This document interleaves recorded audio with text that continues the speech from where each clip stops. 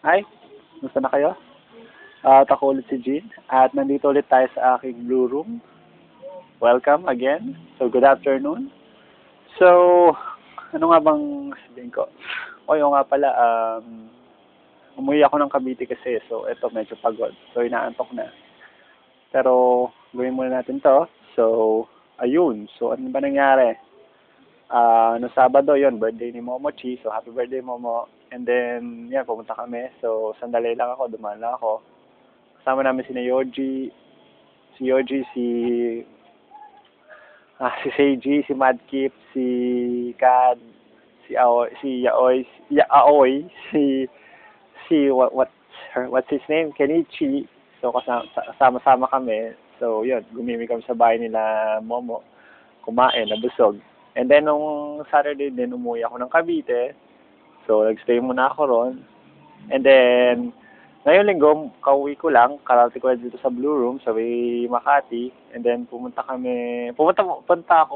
bago sa Robinson's Galleria, sa may cosplay event doon na superheroes. O nga pala, ayun, medyo maliit lang yung event, konti lang, 11 lang yata yung mga cosplayers. So, ang nandun lang na kilala natin ay of course, si Don Robert.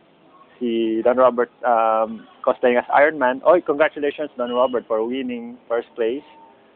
And sino pa ba? Si AC na nagko-cosplay ng Joker. So nandun din po siya. Nanalo rin siya, congratulations din. Nandun si Marky na nag-cosplay ng Supergirl. Supergirl. And then nandun si Chadako na, oh my God. So nag-cosplay din siya ng Supergirl, and ang reaction lang namin ni Uber na siya kasama ko is, oh my God. Oh my God, she is gorgeous. Okay, by the way, nandun si Hazy na nag-cosplay ng Catwoman. She's gorgeous too. And sino pa ba? Sino pa ba yung mga kilala natin? No, meron pa isa nag-joke. Tapos nandun din si may nag-cosplay na Riddler. It's all about Batman, by the way. So, yun. So, sayang hindi nakahabol yung aking, Neo Goblin na cosplay. Sayang. Pero, yun naman, may next time pa naman. So, ayun. O ngayon, ito, pagod. Karating ng bahay. So, ano ba pwede natin pag-usapan ngayon? O, yung nga pala, hindi ko pa napapanood yung The Dark Knight. So, looking forward ako na mapanood to. Pero before The Dark Knight, o nga pala, pero bago natin pag-usapan yung Dark Knight, total, di ko pa napapanood, pero excited na ako. Nakapanood ko na yung trailer nung bagong Terminator movie, yung Terminator Salvation. At ang bida rito ay si Christian Bale. Oh, wow, at hindi na rumakit ni Christian Bale, biruin mo. Ano mang nilabasan niya, Equilibrium, na isa na ngayong cult classic, na isa ako sa mga humahanga sa Equilibrium. Siya na rin si Batman ngayon. Siya talaga na siya yung pinakamagaling na Batman actor. Tapos ngayon siya naman si John Connor. Okay. So ano masasabi ko sa Terminator Salvation? Well, where there is good news and bad news. So bad news of course, mukhang wala dito the Terminator himself, si Governor Arnold Schwarzenegger.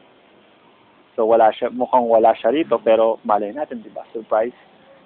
Pero good news is mapofocus na yung story sa wakas kay John Connor, kay Christian Bale. And ito yung magiging pinaka-highlight ng kwento. Dahil nangyari to pagkatapos ng part 3 ng Rise of the Machines, nung nagsimula na yung nuclear war. So, ito na. Si Christian Bale ay magiging isang parang savior na of the human race. So, ito, malalaman na natin kung ano yung niya. So, kumbaga, ito parang time paradox to ng kwento. Kasi 'di ba kung napanood niyo yung Terminator 1 and 2, pinapakita yung future. So ngayon naman, nasa future na talaga tayo. So itong kwento nasa future na. And then ito si Christian Bale na ngayon gaganap na John Connor.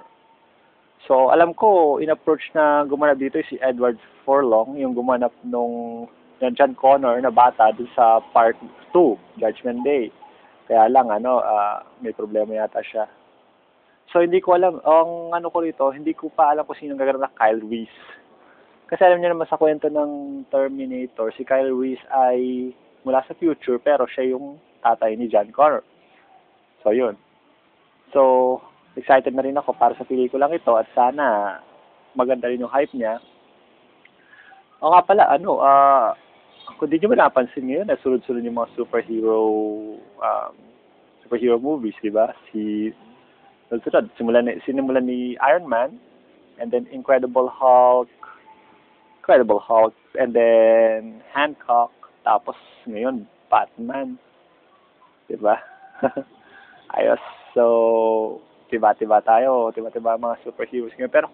Pero siguro kung anoin mo lahat, kung re-reviewin ko lahat yun, hindi ko pa rin yung Batman, pero para sa akin yun, top ko pa rin yung Iron Man. I think it's one of the best superhero movies na nagawa, pero I'll keep my fingers crossed because marami pang darating. So, hintay lang muna tayo. Anyway, so ito, bukas, balik trabaho. Ayun, so yung Terminator, abangan nyo, dahil maganda yun, maganda to. Kahit wala si Arnold, abangan nyo pa rin. Okay, so, ano pa ba ang kailangan pag-isip ko? Oo nga pala, ito. May nakwento sa akin si Hubert tungkol sa isang cosplayer na ayoko nang pag-usapan pero natatawa ako kay Hubert kasi sabi niya, ito raw cosplayer na to is masyadong believe yata sa sarili niya. Hindi ko mabanggitin kung sino. Pero masyado yatang believe na medyo sumasobra na. At sabi niya sa akin, ni Hubert, chanero din daw ito. alam nyo, di ba yung ginawa namin na asosasyon, yung ACTS, hindi kami galit sa chanero. Hindi kami galit. Pero ang inaano namin, nilalabanan namin, yung mga nagko-cosplay lang para tsumani. O manli o madumiskate.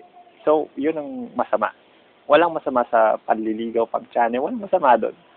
Pero yung magko-cosplay ka just for that, yun ang aming tinatarget na at saka yung iba dyan, yung mahilig mag-spam sa CPH, nako! Goodbye na kayo, nandiyan na si Mau. Okay, alam niyo si Mau. Si Mau, huwag niyong gagalitin yan. Huwag niyong gagalitin yan si Mau. Ano yan? Tawag dito, trigger happy yan sa Banhammer. Kaya ingat kayo. Ingat kayo mga newbies. Huwag niyong gagalitin yan. Ilang beses na nagalit yan, ang dami na naban dahil dyan. Hindi ko kayo tinatakot, totoo sila sabi ko. Pero magpaka-good boy kayo, mabait niya si Mau. Basta good boy kayo. Be a good boy. Okay? Halos lahat naman ng moderator sa FC, ganyan. Basta mabait ka, mabait din sila. Okay. So, ayun lang muna. So, bukas, good luck bukas. Good luck sa atin. So, back to normal na. Inin na yung sinasahin ko and ano ba akong masasabi ko? So, goodbye na. God bless you all and kita-kits next time. This is Gene signing off.